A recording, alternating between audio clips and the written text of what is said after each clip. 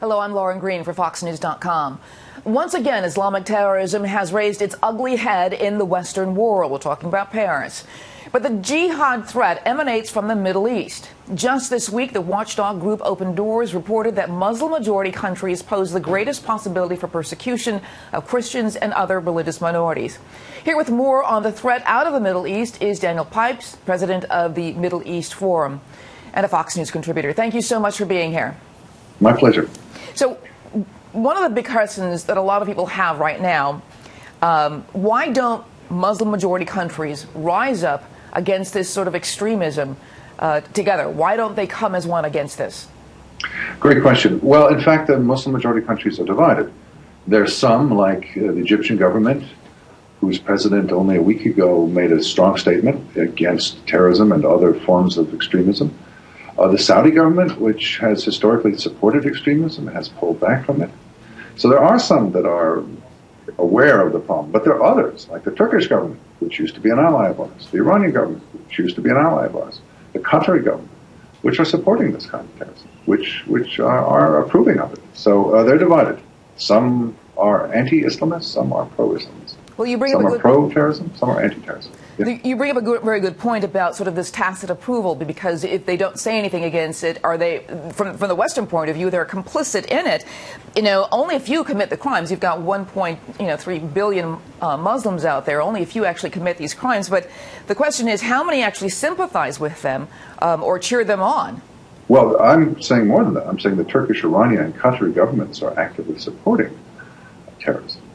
They are not engaged in it themselves, but they, especially the Turkish ones, not engaged in it. But in Syria and Iraq, it's supporting ISIS. ISIS is in some fashion behind this new wave of violence in the West. So look to Turkey, look to Iran, look to Qatar in particular. How then should the U.S. respond to this, what appears to be a much more virulent strain of Islamic extremism, and not only the U.S., but all of the West, particularly France? Well, it's worth pointing out that the extremism takes two forms. One is violence, such as we're seeing in recent weeks over and over again. But the other is nonviolent, is changing society from within in the schools and the courtrooms and the parliaments and the media and the like. And that is also, and I would argue even more important, it's changing our mores so that, say, alcohol is prohibited and pork is prohibited and polygamy is permitted. These are significant changes. They're not violent. How do we respond to these? Well, we respond by asserting that we are Westerners. So we have a civilization. In the United States, we have a constitution, and we like what we have, and we don't want to change. And you're welcome to come to our countries, but on condition that you accept who we are and the system we have. And we're not going to accommodate Islamic law. We're not going to become Islamic countries as you want. I mean, that's the point of the terrorism in Paris, as all the other manifestations impose Islamic law on us. We have to say no. In other words, it's not about freedom of speech as such. But yeah, it's a battleground. But it's about ultimately imposing Islamic law on all of us. One of the things we hear about Islam every time this happens, every time we have this extreme terrorism, is that people come out and say Islam is a religion of peace and love. And we've got this example, of course, it's not of peace and love, but we want to believe it is of peace and love. What is the truth about Islam? Well, there are many forms of Islam. It's a gigantic religion, stretching more or less around the world. There's the Sufi form, there's the jihadi form.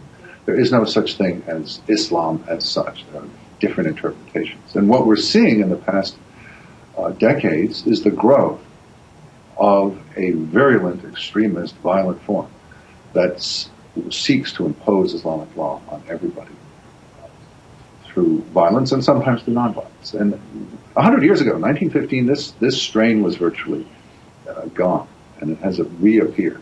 So the goal, our goal, should be to have other Muslim, other understandings of Islam to gain strength, and this one to lose strength. In other words, my mantra is radical Islam is the problem, and moderate Islam is the solution.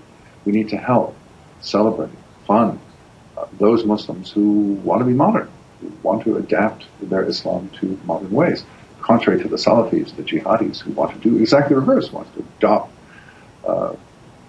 our world to the 7th century.